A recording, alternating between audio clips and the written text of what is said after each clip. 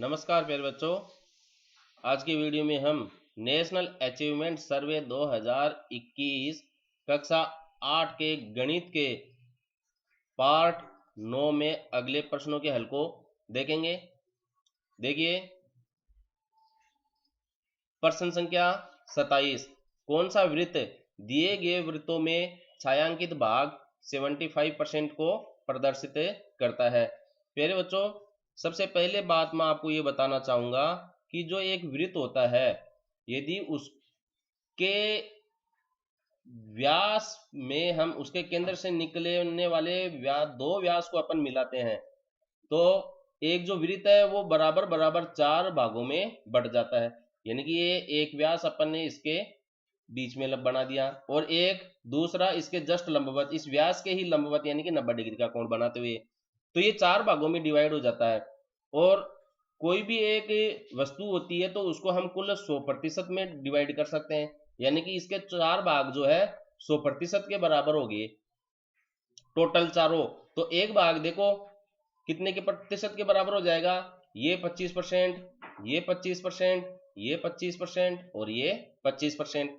और अगर हम बात करें आधे भाग की तो आधा भाग इसके कितने प्रतिशत के बराबर होगा। देखिए अगर हम इतने से की बात करें तो ये 100 का आधा मतलब 50% के बराबर है। और अगर इस 50 में एक भाग और जोड़ दे तो ये देखिए 75% के बराबर हो जाएगा, यानी कि 3 टुकड़े 75% के बराबर है। तो अब इन चारों ऑप्शन में आप देखिए कि 3 टुकड़े किसके हैं। यहाँ पर ये सी के अंदर ये इसके 3 टुकड़े आपको यहाँ पर छायांकित दिए गए हैं जो कि 75% के बराबर है। सामान्य जानकारी के लिए मैं बता दूं आपको, तो इसमें जो ऑप्शन अपना जो है 1 नंबर का सही हो जाएगा। अब हम बात करें आगे थोड़ी सी अलग हल्की और बातें जानकारी लेने के लिए, क्योंकि आप अचीवमेंट सर्वे में भाग लेंगे तो उसके लिए आपको इन चीजों के बारे में और भी अधिक गहरी बातें जानना जरूरी है। एक जो वृत्त होता है वो गोल आकृति का होता है, वृत्ताकार होता है। जिसे कोई गाय होती है उसको खूंटे से अपन बांध कर रखते हैं। एक गाय को हम क्या है खूंटे से बांध कर रखते हैं। तो आपने देखा होगा कि गाय जहां खड़ी रहती है खूंटे से बंधी हुई रहती है उसके चारों तरफ एक गोल खड्डा बन जाता है। तो इसका जो जहां खूंटा रहता है वो इसका केंद्र बिंदु कहलाता है।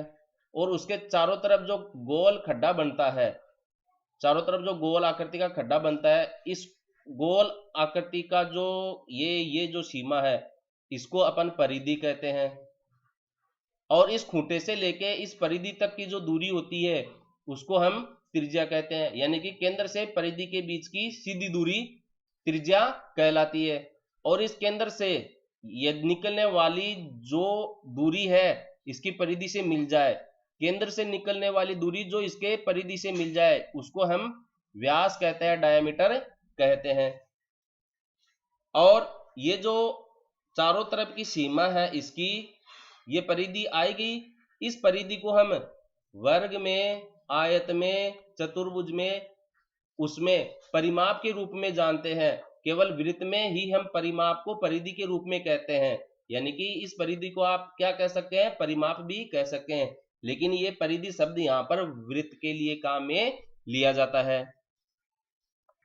तो हमने एक वृत्त जो होता है उसका केंद्र बिंदु पढ़ा है, उसकी परिधि पढ़ी है, उसकी त्रिज्या पढ़ी है, उसका व्यास पढ़ा है, और ये जो परिधि है इसी को हम परिमाप कहते हैं अन्य आकृतियों के अंदर। इतनी जानकारी हमने इस प्रश्न के साथ ली है। अब अगला जो प्रश्न 28 नंबर का आपका देखिए, राम ने बाजार से 3/2 केजी आम खरीदे और 1/2 केजी केले खरीदे तो कुल कितने किलोग्राम उसने फल खरीदे।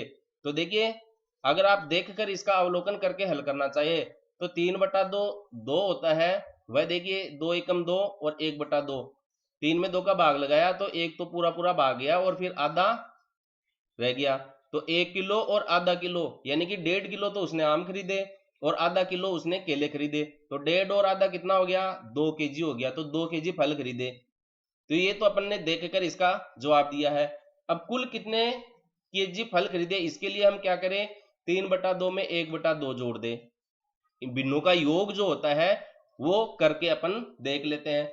2 आपका लघुत्तम आ गया, लघुत्तम में 2 का भाग देंगे तो एक बार जाएगा, 1 को 3 से गुणा किया, फिर 2 का इस लघुत्तम में भाग देंगे, एक बार गया, 1 को 1 में गुणा करेंगे तो 1 3 रेख 4/2, 2 से 2 कट गया तो 2 kg आपके पास देख लीजिए आ गया है। तो ये 2 kg दूसरे नंबर के ऑप्शन में दिया गया, तो ऑप्शन नंबर 2 28 में सही होगा। अगला जो क्वेश्चन आपका देखिए 29 नंबर का, अंग्रेजी विषय में प्राप्तांक दिया गया है 3 4 6 7, तो अंकों का औसत प्राप्तांक कितना होगा। प्यारे बच्चों, औसत ज्ञात करने के लिए आप एक सूत्र याद कर लीजिएगा कि जिन संख्याओं का हमें औसत ज्ञात करना होता है तो उन संख्याओं का हम योग कर लेते हैं, संख्याओं का योग कर लेते हैं। और कितनी संख्याओं का योग किया हुआ है उन सभी संख्याओं को गिनकर संख्या का भाग लगा देते हैं, संख्याओं का योग बटा संख्या। अब देखिए यहां अंग्रेजी विषय का औसत ज्ञात करना अपने को, अंग्रेजी विषय में प्राप्तांक का औसत। तो देखिए प्राप्तांक का औसत, तो हमने क्या करना है, संख्याओं का योग करना। तो संख्या ये कौन है, 3 4 6 7, तो 3 4 6 7 इनका योग कर लिया। अब ये कितनी संख्याएं हैं, बट्टा संख्या, कुल संख्या लिख दीजिए। यहां पर संख्या के बजाय आप क्या लिखेंगे, कुल संख्या कितनी है, 1 2 3 4 संख्या, तो 4 का भाग लगा देंगे। यानी कि जिन संख्याओं का औसत ज्ञात करना है उनको जोड़कर उन सभी संख्याओं का, कुल संख्याओं का भाग लगा दीजिए। कुल संख्या का मतलब है यहां पर केवल गिनती गिननी है हमें कि वो संख्या में कितनी है, 1 2 3 4, यहां पर 4 है तो 4 का भाग लगा देंगे। तो देखिए 4 3 7, 7 और 6 13 है, और 7 20/4, 20 में 4 का भाग देंगे 5 बार, या अंश और हर में 4 का भाग लगाएंगे तो 5, और इसमें 1 5/1 का मतलब 5 हो गया। तो इसका प्राप्तांक का जो औसत है वह 5 होगा, जो कि ऑप्शन नंबर 2 में आपको दिया गया है, ये सही होगा। अब प्रश्न संख्या 30 पर अपन चर्चा करते हैं। एक आयताकार मैदान का 2 चक्कर पूरा लगाने में कितने मीटर दूरी तय होगी। देखिए ये आयताकार मैदान है, यानी कि आप एक मैदान है दौड़ने का, और उस दौड़ने के मैदान में चक्कर लगा रहे हैं, और आपको पता लगाना है कि ये एक चक्कर आपका कितना मीटर का हो गया। तो देखिए सबसे पहले तो जो ए बी भुजा है उसको 4 मीटर दिया है, तो डीसी भुजा कितनी हो जाएगी, 4 मीटर की हो जाएगी, क्योंकि आयत की विशेषता होती है आमने सामने की भुजाएं बराबर होती है। आमने सामने की भुजाएं क्या होती है आयत में, बराबर। तो इधर से ये भुजा भी बराबर होगी, ये 3 मीटर दिया गया आपको, तो ये भी कितना होगा, 3 मीटर। अब आप यहां से चलना शुरू करते हैं, और इधर चलते हुए इधर चलते हुए इधर चलते हुए यहां तक वापस पहुंच जाते हैं। तो आप कितने मीटर चले, 4 3 7, 7 और 4 11, और 3 14 मीटर चले। एक चक्कर आपका कितने मीटर का है, 14 मीटर का। तो दूसरा चक्कर आपका कितने मीटर का, 14 मीटर का।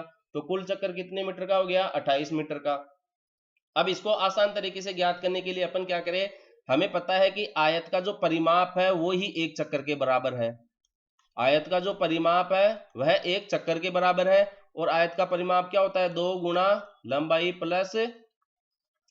प्लस चौड़ाई। तो लंबाई आपको 4 मीटर दी है, चौड़ाई आपको 3 मीटर दी गई है। तो यहां पर हम परिमाप में 2 गुणा 4 + 3 7, 4 3 7, 7 दूनी 14 मीटर आ गया, देख लीजिए।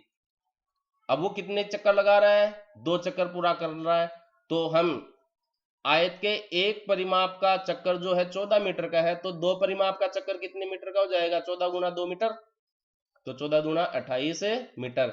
ये एक चक्कर इसका 14 मीटर का है, तो दूसरा चक्कर कितने, दोबारा 14 मीटर हो गया, 14 + 14 यानी कि 14 दूना 28 मीटर। इस प्रकार से हम इसके हल को ज्ञात करेंगे।